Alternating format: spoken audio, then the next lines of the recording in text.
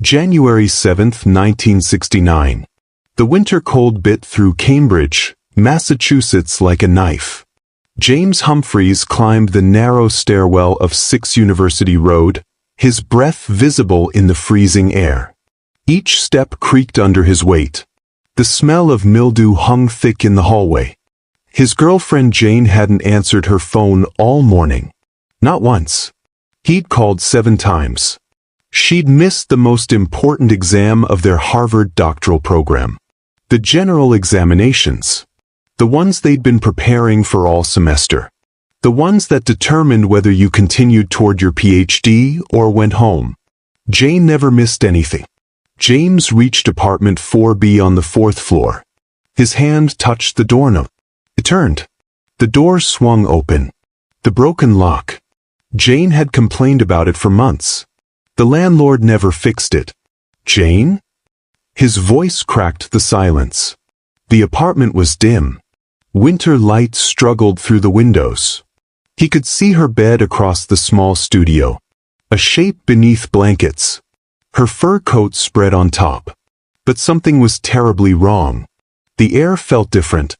James's heart pounded. He backed into the hallway. His hands shook as he knocked on the neighbor's door. Jill, something's wrong with Jane.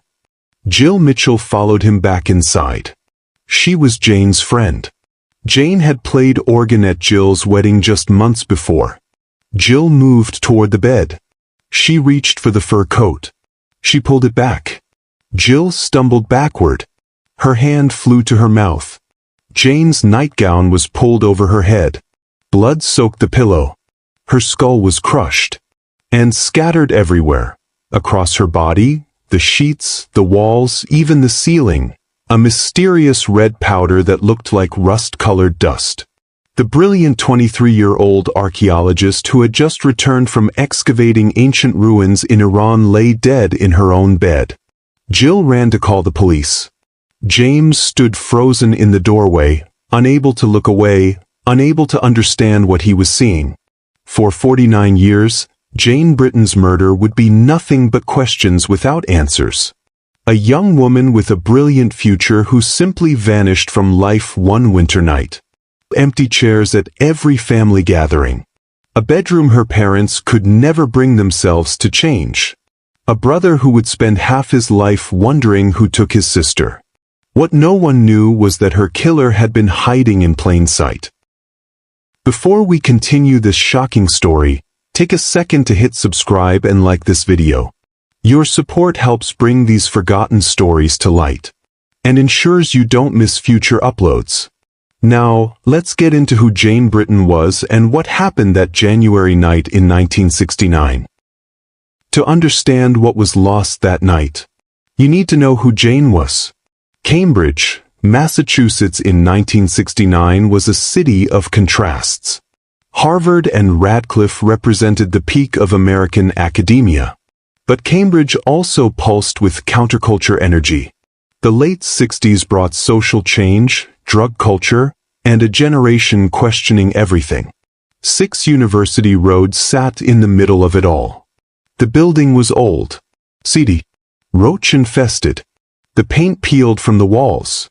There were no locks on the outside doors. Anyone could walk in from the street. The fire escape provided another way in or out. The building had a dark history. Just 6 years earlier, in 1963, a woman named Beverly Simmons was murdered in the same building. Strangled in her apartment. The Boston Strangler took credit for her death.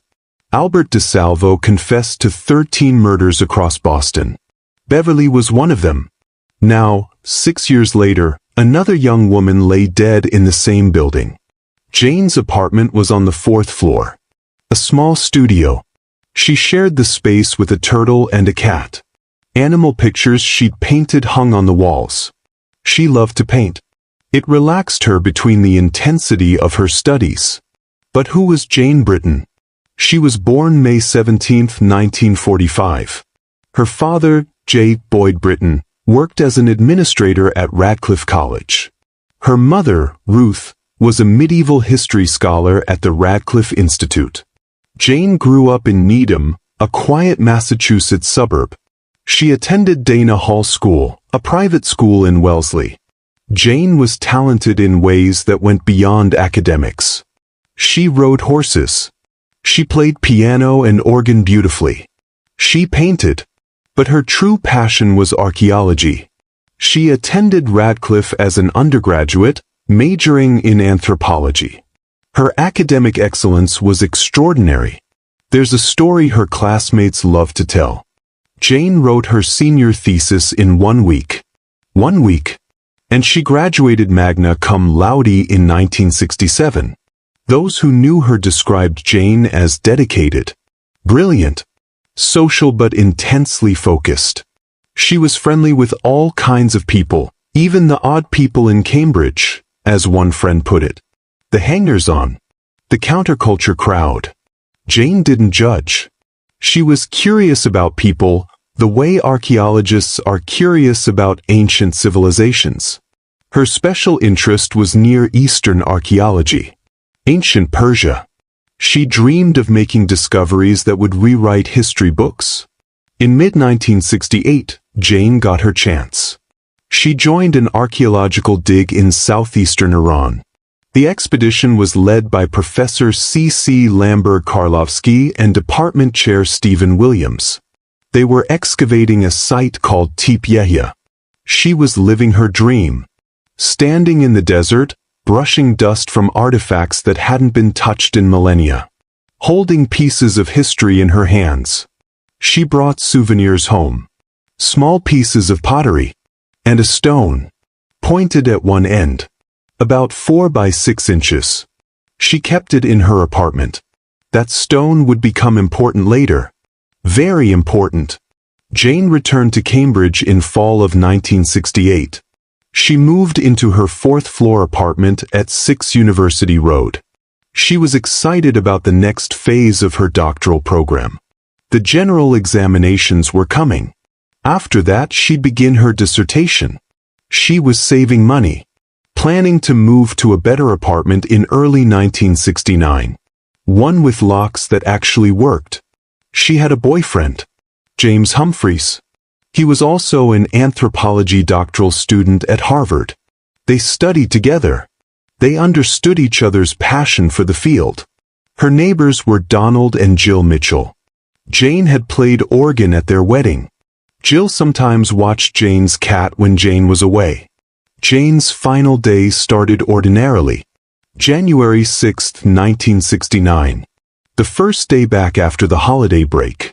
Classes resumed. Jane had dinner with her anthropology classmates at a local restaurant. They talked about the upcoming exams. Everyone was nervous. These exams determined everything. Jane returned to her apartment to change clothes. Then she went ice skating on Cambridge Common with James. It was cold, but Jane loved winter. Loved being outside. They skated until their faces went numb. They stopped at a nearby pub for beer to warm up.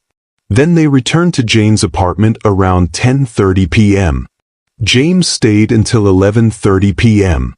They talked about the exam, about their futures, about the dissertation work ahead. Then James left. He had to go home and sleep. The exam was at 9 a.m. Jane was restless.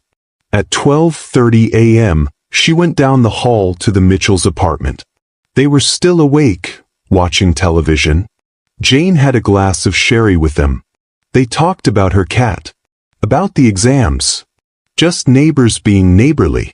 Jane returned to her apartment shortly after midnight. She locked her door, or tried to. The broken lock barely held. She changed into her nightgown. She climbed into bed. Her last thoughts were probably about the exam, about Near Eastern archaeology, about Alexander the Great and the fortress she'd helped excavate. She had no idea someone was climbing the fire escape outside her window. She had no idea she had minutes left to live. She had no idea her murder would become one of the most famous unsolved cases in Massachusetts history. The Cambridge police arrived at 6 University Road within minutes of Jill Mitchell's frantic phone call. Massachusetts State Police soon joined them. The medical examiner came next. The fourth floor was chaos. Police officers, crime scene investigators, neighbors standing in their doorways. James Humphreys sitting on the stairs, his head in his hands. The medical examiner examined Jane's body carefully. Blunt force trauma. Multiple lacerations to her head. Underlying skull fractures. A bruise on her arm, probably defensive. She'd raised her hand to protect herself. It hadn't been enough. The autopsy later confirmed sexual assault. The time of death was calculated at approximately 2 a.m., about 10 hours before James found her. The murder weapon was never found. The medical examiner believed it was a pointed object. Something heavy.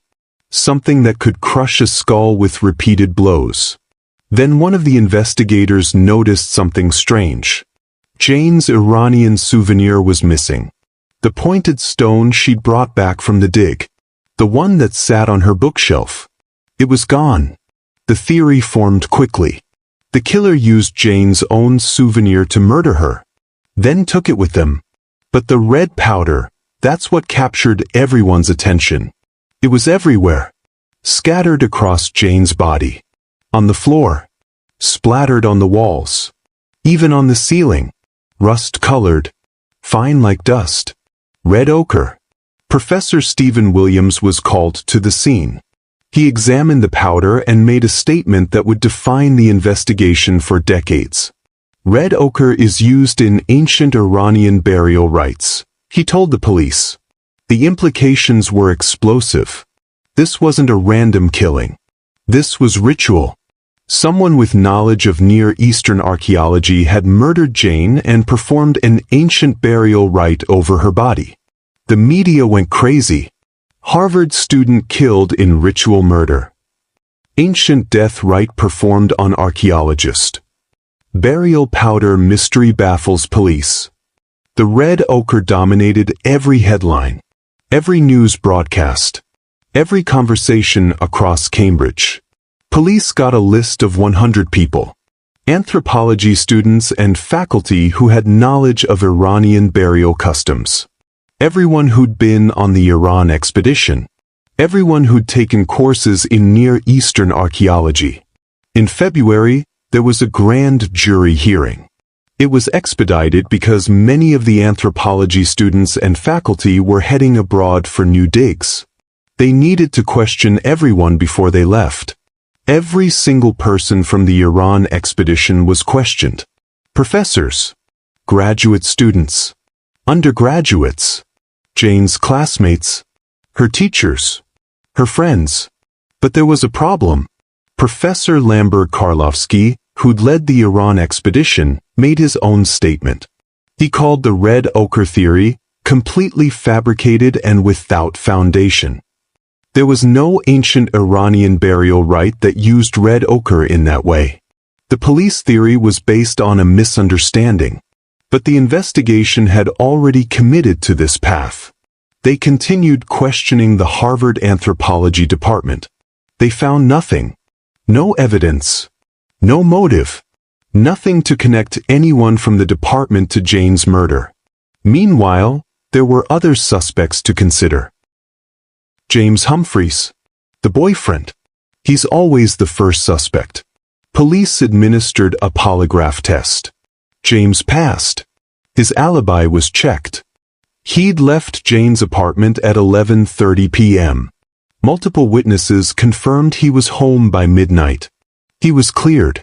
Donald and Jill Mitchell. The neighbors. They had access to Jane's apartment. They were the last to see her alive. Both took polygraph tests. Both passed. They had no motive. No evidence connected them to the crime. They were cleared. The Boston Strangler connection. Beverly Simmons was murdered in the same building in 1963. Albert DeSalvo confessed to her murder as part of his Boston Strangler confession. Could there be a second Boston Strangler? But DeSalvo was already in a mental hospital by 1969. And there was no evidence linking Jane's murder to the Strangler cases. The theory went nowhere. The counterculture connection. Jane knew odd people in Cambridge. People on drugs. Hangers-on and acid heads, as one friend described them. Could someone on LSD have committed a ritualistic killing? Police investigated Cambridge's counterculture scene. They found nothing. Then, exactly 1 month after Jane's murder, another woman was killed. February 6, 1969. Ada Bean. She was 50 years old. A former Harvard research secretary. Found dead in her apartment 1 mile from Jane's building. The details were chilling. Face down on her bed. Nightclothes pulled over her head. Covered in blankets. Raped and beaten. It was almost identical to Jane's murder. But there was one key difference. Ada's building had functional locks. Police wouldn't confirm if the cases were linked. But speculation intensified. Was there a serial killer targeting Harvard-connected women? Despite all the theories, all the investigations, all the media attention, the case went cold. No murder weapon. The pointed stone was never found. The fingerprints collected from Jane's apartment didn't match anyone in the system. All primary suspects had been cleared or were dead. The red ochre mystery led the investigation in the wrong direction for months. Witness memories faded. Media attention shifted to other crimes. And the technology of 1969 simply wasn't advanced enough. There was no DNA testing. Forensic capabilities were limited. Chief James Reagan made a decision. He restricted all information release. Too many media inaccuracies had compromised the investigation. The case files were sealed. The impact on the community was profound. Harvard actually filmed Jane's funeral on January 10th. Police officers watched the footage, looking for suspicious behavior. Looking for someone who didn't belong. They found nothing. Students and faculty lived in fear. Women installed extra locks. Building security debates raged across campus. Jane's father worked at Radcliffe. The family was devastated. How do you go to work every day at the place where your daughter studied? Where her killer might have studied? The case became a Cambridge legend. A ghost story told in dorm rooms. A cautionary tale about broken locks and fire escapes. And somewhere, Jane's killer walked free. The 1970s arrived. Then the 1980s. Jane Britton's case remained officially open, but there was no active investigation. The Britton family tried to move forward. Tried to live. But how do you move forward when your daughter's killer is still out there? Jane's brother, Boyd, struggled deeply with the loss. He eventually became an Anglican priest. He later said that his faith helped him survive the not knowing. The wondering. The questions that had no answers. J. Boyd and Ruth Britton, Jane's parents, left items around their home in Jane's memory. Her piano. Her paintings. Photographs of Jane smiling, Jane on horseback, Jane at her graduation. They couldn't bring themselves to pack away her life. The case was occasionally mentioned in local media. On the 5th anniversary. Each time, reporters would write about the red ochre mystery. The unsolved Harvard murder. The promising young archaeologist whose life was cut short. But there were no new leads. Then came the late 1980s. DNA testing became available. For the first time in human history, investigators could use biological evidence to identify suspects with near certainty. It was revolutionary. The Cambridge police had carefully preserved evidence from Jane's apartment, including a semen sample collected during the autopsy. They submitted it for DNA testing. The result? No matches in the offender database. The killer's DNA wasn't in the system. In 2006, the case was retested with improved technology. DNA testing had advanced significantly in 17 years. The results were more accurate, more detailed. Still no matches. The evidence was carefully preserved, but there were no breakthroughs. By the early 2010s, a new generation discovered Jane's story. Michael Widmer had covered Jane's murder as a UPI reporter in 1969. Nearly 50 years later, he wanted to write about the case again. He requested case files from the Cambridge police. Becky Cooper was a staff writer at The New Yorker. She became fascinated with Jane's case. Eventually, she left the magazine to write a full book about Jane. She also requested the case files. Alyssa Bertetto moderated the Unresolved Mysteries subreddit. Online true crime communities were growing. Jane's case was discussed frequently. Alyssa researched deeply and requested the files. All three were denied. The Cambridge police cited an ongoing investigation. They couldn't release information that might compromise the case. All the writers received were newspaper clippings and heavily redacted documents. The writers didn't give up. In 2016 and 2017, they filed appeals with the Massachusetts Supervisor of Records. They argued that releasing information in other cold cases had actually generated fresh leads. Publicity helps. People remember things. People come forward. Court hearings were scheduled. And that's when something unexpected happened. During preparation for the hearings, prosecutors reviewed all the evidence again. Every file, every piece of evidence, every test result, every theory. Someone asked a simple question: can we do more with the DNA evidence? Over the years, there had been near misses. Multiple tips were called in. Jane had been spotted in various locations. All turned out to be false. People seeing what they wanted to see. The media covered the case on major anniversaries. The 20th year, the 25th, the 40th. Each time, there was a flurry of interest. Then silence again. But the community never forgot. Cambridge made safety improvements in Jane's memory. Better lighting. Better locks. Security systems. Changes that came too late for Jane but might save someone else. The building at 6 University Road was eventually renovated. It looked different now. But the people who lived in Cambridge in 1969 never forgot what happened on the 4th floor. What no one knew, what the investigators didn't know, was that Jane's killer had been living a parallel life all along. In 1967, a man named Michael Sumter worked on Arrow Street in Cambridge, less than 1 mile from Jane's apartment. In 1969, he had a girlfriend living in Cambridge. He visited her regularly.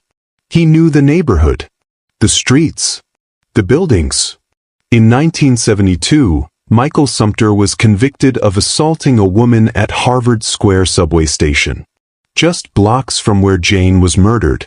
In 1975, he was convicted of rape in Boston. While serving his sentence, he escaped from a work release program. While on the run, he committed a second rape. He was eventually recaptured and served his full sentence. His DNA was in the system from his rape convictions. It had been there since the 1970s. But no one connected him to Jane's murder. No one tested his DNA against the evidence from 1969. There was no reason to. He wasn't on the suspect list. He'd never been questioned. He had no known connection to Jane or Harvard. Later, his DNA would be linked to 2 other unsolved Cambridge rape murders from the early 1970s. What time is it where you're watching this? Day or night? Somewhere families are still waiting for answers, just like Jane's family waited for 49 years. Drop the time in your comments. 2017, 48 years after Jane's murder. The legal battle over public records was moving forward. The Middlesex District Attorney's Office needed to review all the files.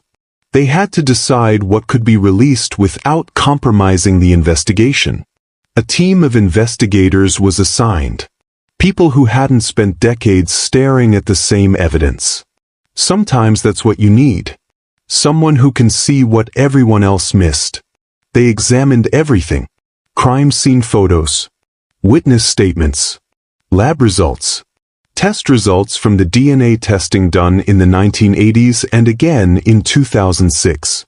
And someone asked the question, can we do more with the DNA evidence? The Massachusetts State Police Crime Laboratory was consulted. There was a new technology, Y-STR analysis. It focused on the Y chromosome, the chromosome that passes from father to son with almost no changes. It's different from regular DNA testing. More sensitive, better at processing degraded samples. And the samples from Jane's case were definitely degraded. They were 48 years old. The decision was made. Try the newest technology on the old samples. October 2017.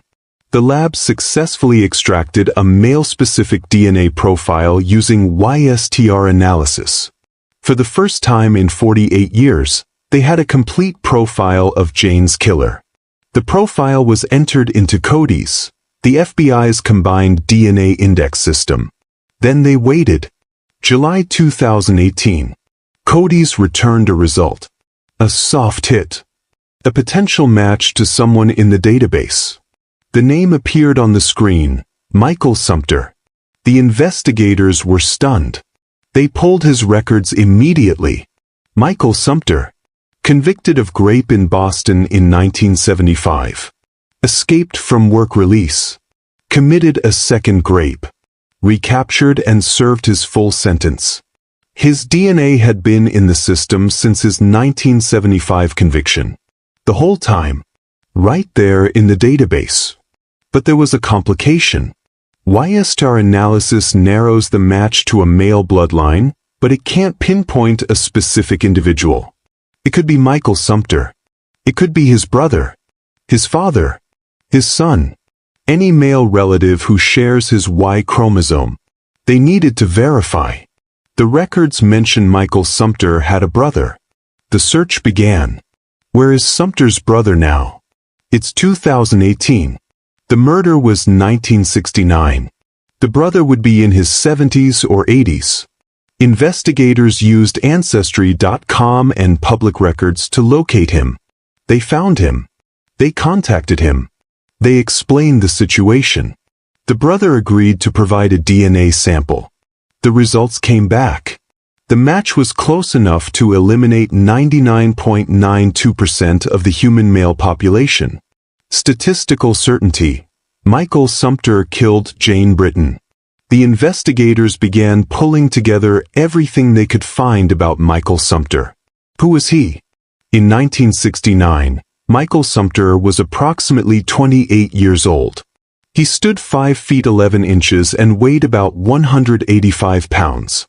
A witness had seen a tall man, about 6 feet, 170 pounds, running from Jane's building at 1:30 a.m. the night of the murder. The description matched Sumpter. His connection to Cambridge went deep.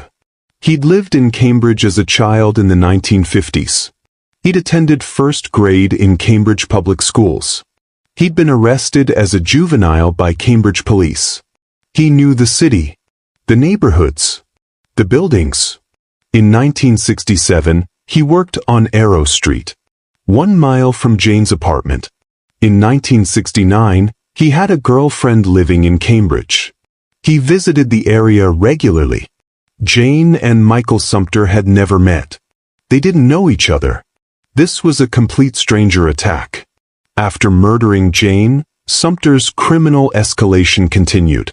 1972, he assaulted a woman at Harvard Square subway station, just blocks from Jane's apartment. He was convicted. 1975, he raped a woman in Boston. Convicted. Sentenced to prison. During his prison sentence, he escaped from a work release program. While on the run, he raped another woman. He was recaptured and forced to serve his full sentence. DNA later linked him to 2 other Cambridge rape murders in the early 1970s. And to another unsolved rape. The full scope was horrifying. 5 rapes. 3 murders. Including Jane. And there might be others who were never linked to him. Police reconstructed how Sumpter murdered Jane. He climbed the fire escape to her fourth-floor apartment. The building had no security. The windows were accessible from the fire escape. A child in the building had heard unusual noises on the fire escape around the time of the murder. The toxicology report revealed something crucial. Jane's blood alcohol level was 0%, but her stomach contained alcohol at 0.08%. The sherry hadn't been metabolized yet, which meant she was killed within minutes of returning home from the Mitchells' apartment. The timeline fit perfectly. Jane returned around 12:30 a.m. The witness saw a man running from the building at 1:30 a.m. Jane was attacked in her sleep. Sumter used a blunt object, possibly Jane's own Iranian stone souvenir, to crush her skull. Then he fled down the fire escape. The witness description matched Sumter's height and weight. Everything fit. And then there was the red ochre mystery. The detail that had dominated the investigation for decades. The ancient burial rite theory. The Harvard insider theory. The ritualistic killing theory. 49 years of speculation about red ochre. The truth was absurdly simple. Jane was a painter. Red ochre is a common pigment in oil paints. Jane painted animal pictures. She had art supplies in her apartment. The red ochre powder was already there. During the violent struggle, the powder was dispersed, scattered across the room, across Jane's body. It meant nothing. There was no ritual, no burial rite, no ancient ceremony. The entire Harvard connection theory was wrong. It had led the investigation astray for decades. November 2018. 2 months before the 50th anniversary of Jane's murder, the Middlesex County District Attorney's Office called a press conference. District Attorney Marion T. Ryan stood at the podium. Cameras flashed. Reporters filled the room. Michael Sumter has been identified as the person responsible for the 1969 murder of Jane Britton, she announced. The room erupted. I am confident that the mystery of who killed Jane Britton has finally been solved and this case is officially closed. It was the oldest cold case Middlesex County had ever solved. The Harvard community was shocked. Alumni who remembered the case couldn't believe it was finally solved. Students who'd heard the story as a campus legend learned the truth. The true crime community celebrated. This was exactly what they worked for. Proof that cold cases can be solved. That justice can come even after decades. But Ryan had more to announce. The DNA testing didn't just identify Michael Sumter. It also ruled out other suspects. People who'd lived under a cloud of suspicion for 49 years were finally cleared. James Humphreys, Jane's boyfriend. He'd passed a polygraph test in 1969, but people still wondered. Now the DNA proved definitively he had nothing to do with Jane's murder. Donald and Jill Mitchell. The neighbors. The last to see Jane alive. People had whispered about them for decades. Now they were cleared beyond any doubt. Various anthropology department members who'd been questioned in 1969. All cleared. Today we are able to provide closure not just to Jane's family, but to those wrongly suspected, D.A. Ryan said. Imagine living 49 years with people wondering if you got away with murder. Having that suspicion follow you through your entire life. And then, at 70 or 80 years old, finally hearing, you're cleared. The DNA proves you're innocent. But there was a painful reality. Michael Sumter died in 2001. He couldn't be prosecuted. There would be no trial, no conviction, no sentence, no opportunity for Jane's family to confront him in court, no chance to ask why, no possibility of him showing remorse. The case was closed. The truth was known. But the killer was dead. Is that justice? Jane's brother, Boyd Britton, was now Reverend Boyd Britton, an Anglican church vicar living in Santa Barbara, California. He was the sole surviving member of the Britton family. His parents, J. Boyd and Ruth Britton, had died years earlier. They never knew who killed their daughter. They spent the rest of their lives wondering, hoping, waiting for a phone call that never came. Boyd released a statement. A half-century of mystery and speculation has clouded the brutal crime that shattered Jane's promising young life and our family. He thanked State Police Sergeant Peter Senat and all the investigators who worked the case over the decades. He acknowledged their dedication, their refusal to give up. But he also admitted something raw and honest. Learning to understand and forgive remains a challenge. How do you forgive someone who's dead? How do you find closure when you can't confront the killer? When you can't hear an apology? When you can't watch them be sentenced? The answer is, you don't always get closure. Sometimes justice is just knowing the truth. Sometimes it's just being able to say, this is who did it. This is what happened. For Boyd Britton, it meant he could finally stop wondering if it was someone Jane knew. Someone from Harvard. Someone who was still walking around Cambridge. It was a stranger. A predator. 49 years. That's how long Jane Britton's family waited for answers. 49 years of wondering who took Jane's life that winter night in Cambridge. 49 years of living with questions that seemed like they'd never be answered. 49 years of empty chairs at Thanksgiving. Of birthdays that would never be celebrated. Of milestones Jane would never reach. 49 years of Boyd wondering if he'd ever know what happened to his sister. Jane's parents never got their answers. They died still wondering, still hoping, still waiting for a phone call that came too late. It wasn't the ending anyone wanted. Michael Sumter was dead. There would be no trial, no confrontation, no apology, no explanation.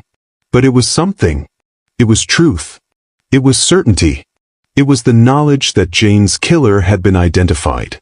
That his name would forever be attached to his crimes. That history would remember him not as an ordinary man who died of cancer, but as a serial killer who murdered at least 3 women. And 3 other families got answers too. The families of Sumter's other victims. Women whose murders had gone unsolved for decades. They learned what happened. They learned who did it. They learned their loved ones hadn't been forgotten. This case proves something crucial. Cold doesn't mean closed. Right now, somewhere in an evidence room, there's DNA waiting to be tested with technology that didn't exist when the crime happened. Somewhere in a police file, there's a case waiting for fresh eyes. For someone to ask the question, can we do more with this evidence? Somewhere, a family is still waiting for the phone call that Jane's brother finally received in 2018. If this story impacted you, please hit the like button and share this video. Jane Britton deserves to be remembered not just as a murder victim, but as the brilliant young scholar she was. She was a whole person. A person with dreams and talents and plans for the future. Your engagement helps ensure victims like Jane are never forgotten. It keeps pressure on law enforcement to retest old evidence. It reminds families of cold case victims that people still care. It might even help solve a case. Someone watching this video might remember something, might know something, might be inspired to push for testing in a case involving their own family. Subscribe and turn on notifications because I cover a new solved cold case every week. These stories matter. These families matter. Justice delayed is not justice denied. What cold case do you think deserves more attention? Drop it in the comments. Your suggestions help me decide which stories to investigate next, which forgotten victims to bring back into the light, which families still waiting for answers might be helped by renewed attention to their cases. For Jane, for her family, for every family still waiting, this is why we keep searching. Thank you for watching.